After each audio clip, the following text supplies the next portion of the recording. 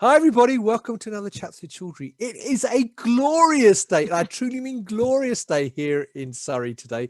The sun is shining outside my window and it's also brightened up. So I'm talking to Sarah Lintern, the conference director or one of the conference directors for Informa Connect's bioprocessing portfolio. And today we're talking about BPI or Bioprocessing International West, which is starting today. And Sarah is looking after that with her colleagues. So Sarah, lovely to see you. How are you? I'm good, thank you. How are you? It's very nice to see you, even though It's, it's quite early in Boston. it is quite early in Boston, isn't it? But it's good to see that the sun is shining outside your lovely horizontally striped curtains there. Finally, yeah, it's getting a bit warmer here, not minus temperatures at the moment. So it's Good. good. I'm glad to hear it. Well, look, the last time you and I spoke was actually last year when I think it was for AET. I can't remember. It was for one of your events, or maybe Tides. I can't remember which one of your virtual events we were discussing. Now, a lot of things have happened in terms of the virtual events world and life science events. And I've been Yeah, trying out your new platform. So what I thought we'd do is take this opportunity to do a quick preview of BPI West, which starts today, this afternoon, UK time, but morning, obviously, Eastern time. Just give people an idea what they can expect to see on at the conference, and also talk about your new platform. So I've actually tried it last week, and it's actually a lot better than it was before. So maybe we can talk about that as well. So let's start with yeah. the event. Tell me a little bit about BPIOS. What are some of the highlights people can expect to see this week? Yeah, no, sure. So the event, obviously, not obviously, but was meant to be taking place in San Diego this week, which, of course, I'm sure we would all love to have been in San Diego at the end of March. But as it is, as Rizwan said, we're virtual. So it's starting, I guess, morning time Pacific or West Coast time. So it'll be sort of lunchtime Boston.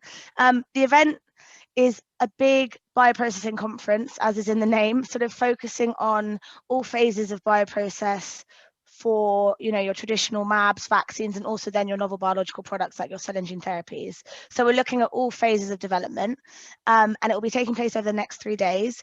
We've got an amazing lineup of speakers with some key I suppose keynotes starting off each day, and then some really, really great data-driven industry talks. And I think it should be really, really fun. We've decided to really focus on the content this time. So whether that be your tech showcases or your industry speakers, we've really, I guess, narrowed down the event in the virtual setting, but made sure we're covering all of the main topics with all of the key companies. So I think it should be really good, and there's a lot of time set aside for discussion. So hopefully we're going to be able to replicate the networking to some extent within the virtual setting. And then, yeah, we're trying out a new platform. It may actually be, I'm not sure, and don't hold me to this, but it may actually be the first event within the life sciences team using our new platform, which is Totem. So for anyone that sort of attended the BPI meeting in September, or the cell and gene therapy event in October, or any of the conferences at the end of 2020, this is a completely new looking platform for us. And it's really, really good. The interface is really easy to use. The networking, the messaging facility is a lot better than the old platforms. And I guess I would say that it's just very self-explanatory. And I think it's going to make the whole virtual event process incredibly easy for our attendees. I have to concur to a large degree what you just said, actually, because I have used it. And, one of my pet peeves when I go to a lot of virtual events is the difficulty it is to connect with people and engage. I mean, the content is always great at every virtual event I go to. I mean, I have to say, whether it's yours or anybody else's, they all put a fantastic event in terms of content, and they've got some great speakers, and you can go and check out the talks, and they're fantastic. But the biggest frustration I found at most virtual events, and it's got a little bit better over the last few weeks, there's a few I've attended, is the actual networking and connecting and engaging with other people. And I have to say, the platform you're using has made it a lot easier to message people and to find people and connect with them. And so why don't you tell people, because I could tell people, but it's your event, so I'd rather you tell them what some of the new things, the way people can actually connect on the platform. Um, I mean, it's quite, in a lot of ways, it's similar to other platforms, as in you can view all of the attendees pre-event. So the platform itself has actually been open since last week. But don't worry, if you decide you want to register today, you've still got time to network and meet with people. But we opened it last week, and you can build out your profile. I suppose much the same like other virtual platforms. But I would say the messaging function itself looks a lot more like LinkedIn messaging, for example. So you've got like, it's very easy to see, it's very clear to see.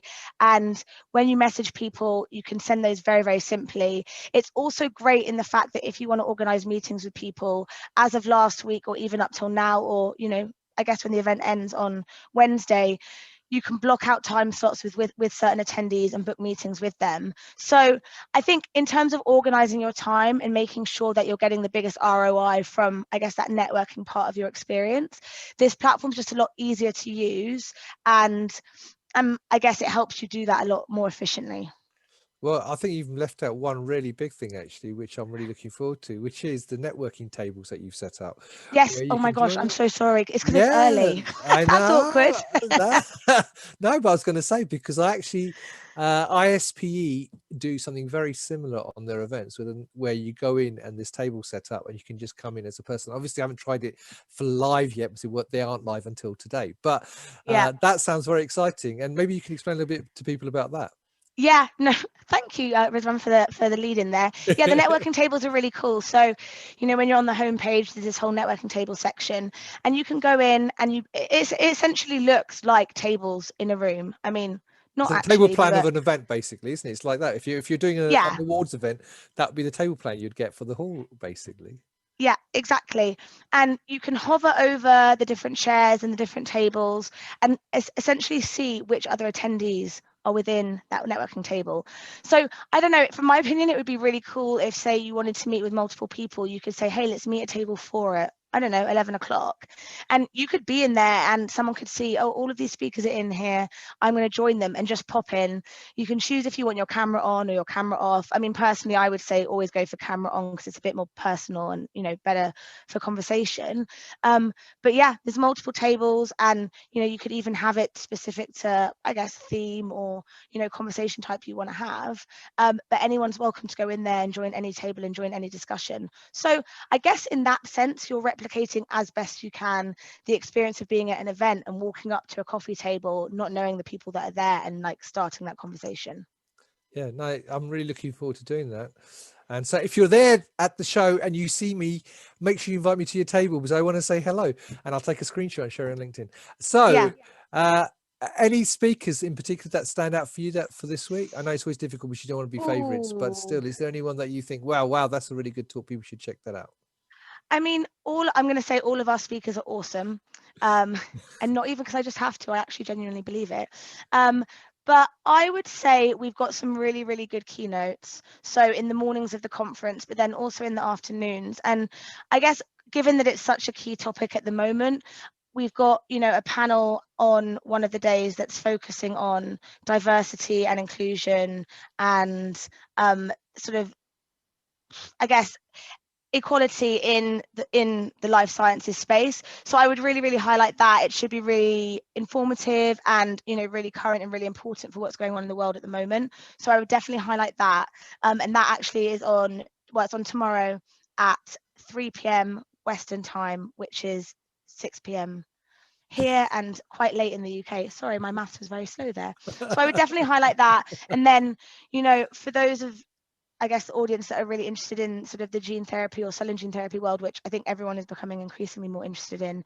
On Wednesday morning, we've got a really great fireside chat with Avexis, or I should say Novartis Gene Therapies now, because they're all one. And sort of they're talking about their manufacturing strategies for gene therapies. And I think that will also be really, really good. So yeah, those would be the two I would call out, but any of the plenaries are going to be really informative, I think, and useful for attendees. Fantastic. And as you mentioned, you can still register. I know the event starts late this evening in the UK, which You've still means got anyone 3 hours or through, 2.5 hours, I should say, to well, to register. maximize, I mean, you can register Yeah, anytime, can't you? Even next yeah, tomorrow, exactly. but to maximize the event, you can Yeah, still register today. So I will put the link up above there because I've got a code actually. People can get a discount on that if they want to register. So I will put that perfect. out on there. And also, if even if you can't do that, you can still attend the exhibition free as well, can't you? Yes, we have exhibition only passes. So you wouldn't get access to the, I suppose, the primary market or industry presentations, as it were, or the keynotes, but you would be able to come in, explore the platform, meet with the sponsors and exhibitors, and watch, you know, some of the really cool cutting edge tech presentations, and that kind of thing. So there's options for people depending on what they want to achieve. Fantastic. And so as Yeah. I've got you here, I can't miss the opportunity to ask you, looking ahead now with the world getting vaccinated at a slow pace, you know what I'm going to ask you. So what are your thoughts in terms of events eventually going live? Do you think there will be something happening towards the end of this year, or do you think it's 2022 that you're really... Oh, that is such a hard question. Oh, have I lost you, Rizwan? Are you there? Still there, your screen's frozen, but Oh, yeah, I'm your here, we're screen back. froze as well. Sorry, So that freaked me out. It's because of you asked the dreaded question that no one wants to answer. It's tough because I think actually the US and Europe are in very, very different places in terms of what we can do and where we're positioned. So maybe I'll give an answer for them as different places. I think in the I think US, that's the right thing to do. yeah, I think in the US, just given the speed of vaccination and, you know, what we can actually do at the moment in terms of day-to-day life, I think my boss is going to kill me for even saying this probably publicly. I think that by the end of this year, maybe even by the start of the fourth quarter, we'll be able to hold some sort of face-to-face event in Boston or in the US. I think it's going to definitely be hybrid, but I think we could do it here. In Europe, I'm not so sure. And I think that really depends on how, you know, all of Europe sort of comes together in terms of the vaccinations and the cases. So I'd say they're two different places. In the US, Boston specifically, because that's where I am, you could see a return to some form of face-to-face by the end of the year. Yeah, well, Maybe that's wishful thinking, but I think you're right. You've got to take every region as it comes. Personally, I think you're spot on.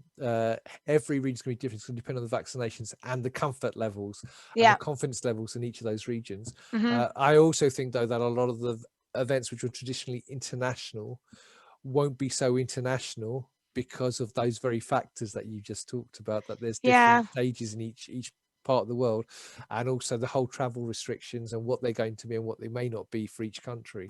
So but yeah, it'd be interesting to see how things progress going forward as Yeah, well. and I think that's why hybrid or looking at hybrid or trying to work out how to do that is so important, because you want to make sure that the events are open to everyone.